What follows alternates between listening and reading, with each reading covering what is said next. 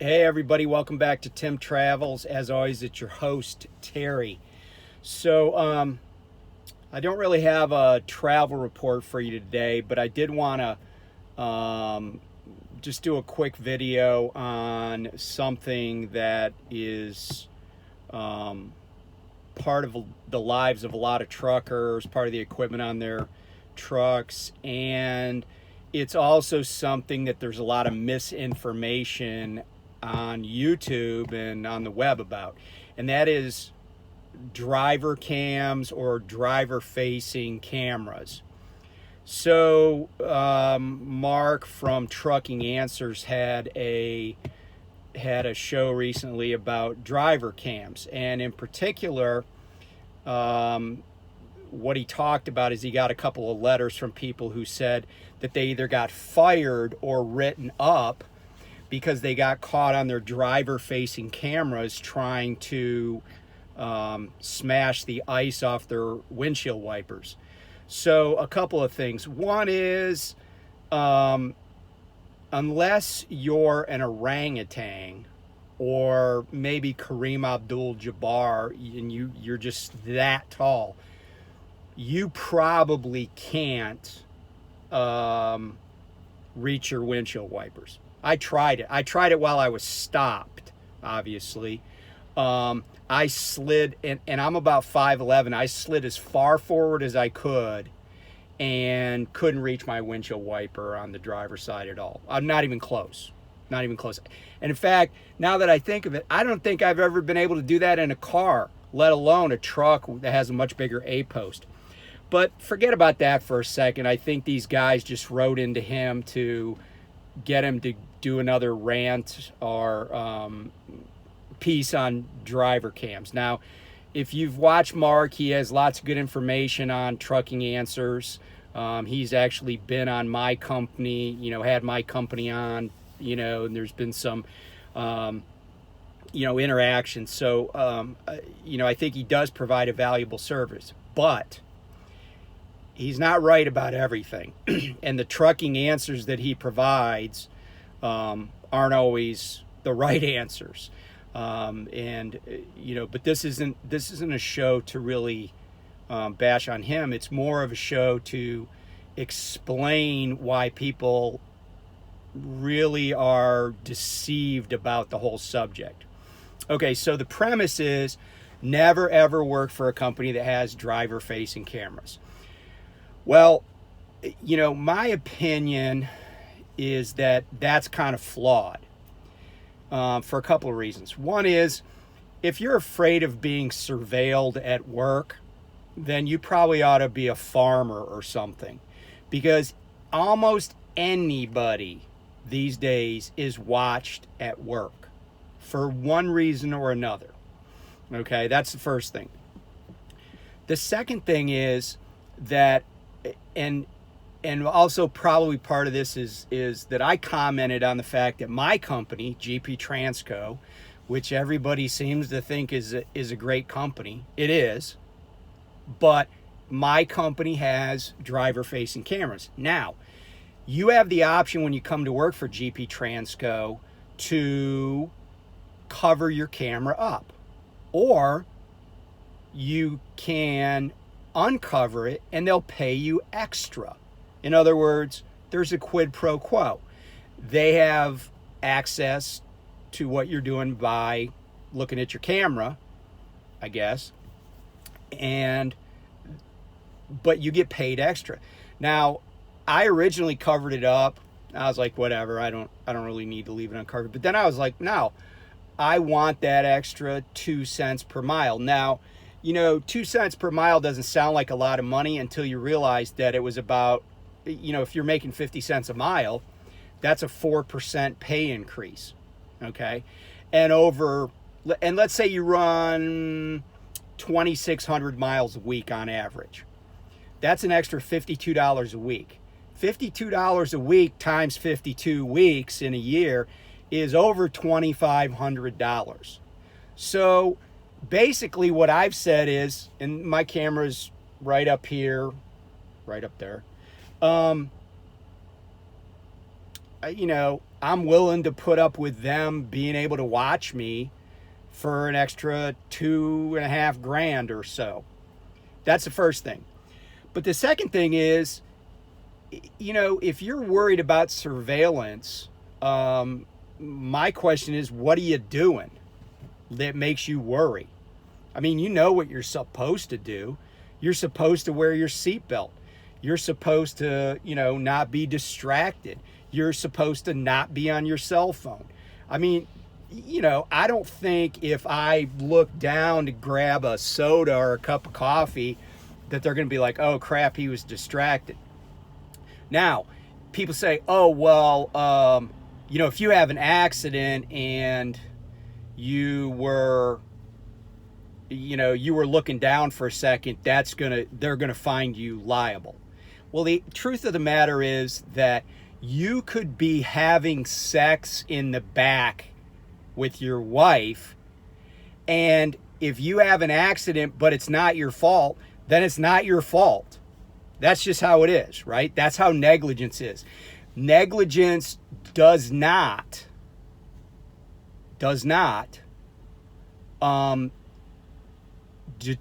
it does not base itself on what somebody was doing. The question is simply, did you have a duty? Did you breach that duty? Were there damages? And is your breach the cause or the causation of the damages to the plaintiff in the case? So if I'm in the back and I got cruise control on and I'm not even up front, but somebody pulls out in front of me and I had the right of way, it doesn't matter that I wasn't doing what I was supposed to. They were still negligent. They were at fault. So that's the thing to think about, right? The camera can be your friend or your enemy, or it could just be neutral. So a couple of people, so I commented and I said, my company says they won't look at the camera unless you have some kind of event. And I think that's pretty much true, because I worked for a company that you had to have a driver-facing camera. And I slammed on the brakes one time to avoid hitting something, and they called me. They're like, hey, you had an event, blah, blah, blah. And I'm like, yeah, but I didn't hit anything. I didn't run over any curbs. And really why they called me is because I had my visor down. But it was the morning, and it was kind of sunny out. So anyway, that's kind of the background. But so a couple of people, so I just basically said that on Trucking Answers, and two people responded, and their position basically was, I'm a subservient slob because I'm willing to work for a company with driver-facing cameras. And, they were juvenile responses in that, like this one guy whose name is Terry Davis, or that's his handle, he said, oh, you must be on your knees when you go back to the terminal. And I'm like, no, but whatever, dude, And this other guy, Cobra 66, he was like, basically like, I'm not willing to let my employer see what I'm doing at work.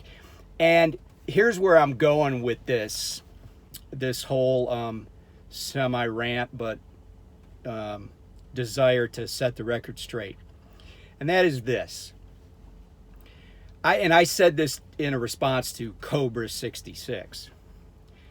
I said, if you think that any company, trucking company or otherwise, needs your permission to surveil you with video and audio equipment while you're at work, you're smoking dope. They don't need your permission. If you think that any trucking company needs to have a clearly obvious camera right here in order to record your actions, you are still smoking dope. There are more ways to track what you do than a lot of people even understand. Let me give you some examples. First of all, that camera is big by surveillance camera standards in some ways. Now, I understand that, and this, by the way, I believe is a Samsara camera, which Mark mentioned in his Trucking Answers piece on this. I understand Samsara has some AI that will sense certain things. But here's the other thing you need to understand. If they really wanted to put a camera in here, they could put it in my stereo, in my radio. They could put it behind a gauge face. They could put it in one of the vents. Okay? They could put it, there's a device over here that I talked about it's a yellow triangle and then it turns red. It's basically a sensor for vehicles on your right side. But it wouldn't be that hard to put a camera behind that lens. Now that's if they wanted to be surreptitious about it and, wire the place up for a camera. There could be a camera above my head. There's a light up here. Actually there's several lights. You got some ambient lights. You got some other different kinds of lights that are on. It wouldn't be hard to put a camera in there. Okay? But the other thing that happens is my company, which I think is an advantage, they have a proprietary app called Open Road, and I also use the Samsara app on my phone.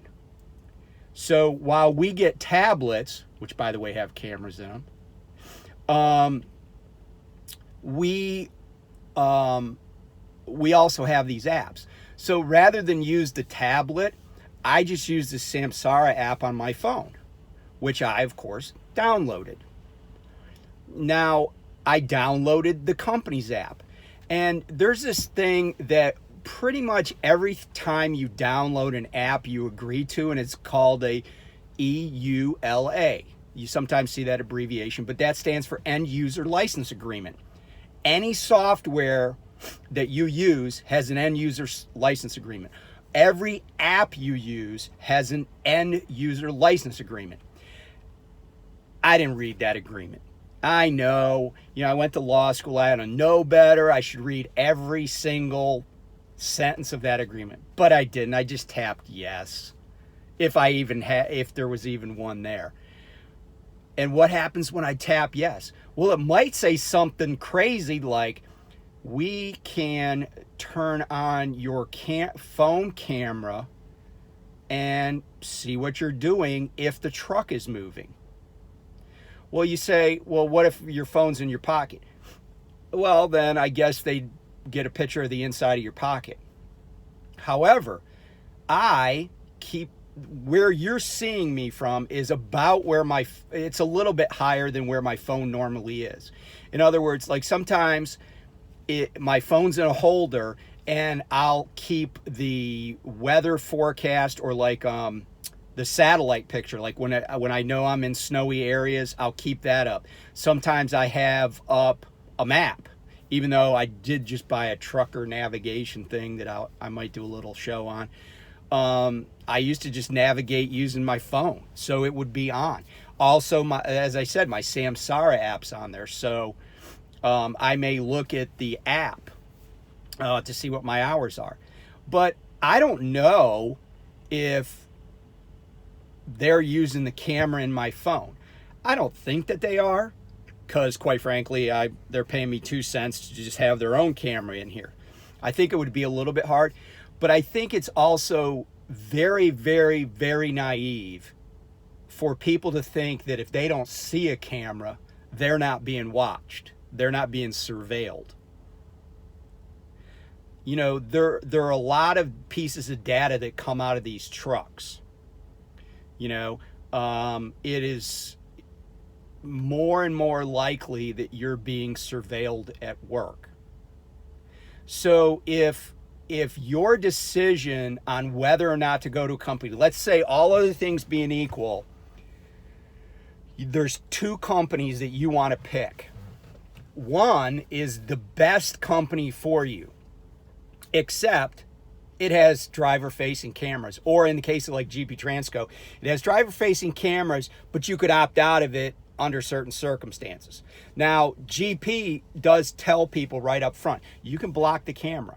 However, if you have an event or something happens that gives us reason to want it uncovered, then you have to uncover it. So for instance, if you got a speeding ticket or some other kind of ticket, they might be like, hey, if you want to keep your job, you need to uncover the camera.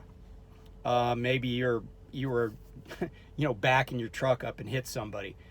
If you want to keep your job, you need to uncover the camera, and they won't give you the 2 cents extra. The deal with me is I get the 2 cents. Now, if I have an event, they're going to be like, well, you don't get the 2 cents anymore because we would have required you to have the camera uncovered. But my point about all this is that people make decisions about, the best company to work for or a place they wouldn't work based on some little device.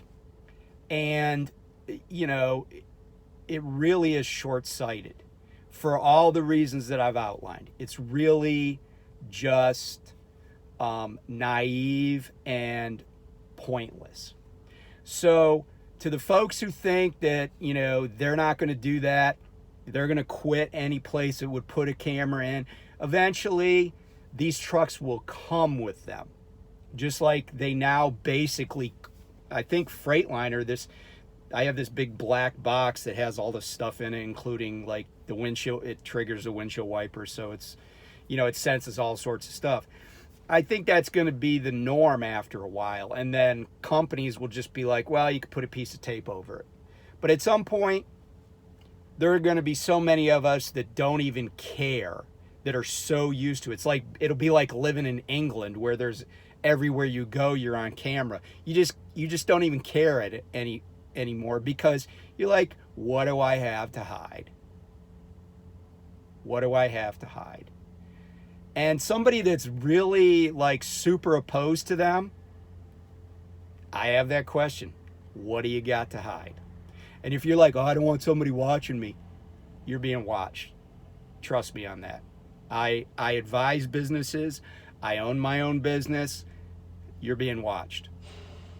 Maybe not. You might not even understand how you're being watched, but you're being watched. So anyway, I share that with you. If you got a strong opinion about it, you can comment. But, just keep the comments civil and mature, grown up. I don't mean adult. I just mean grown up. Don't.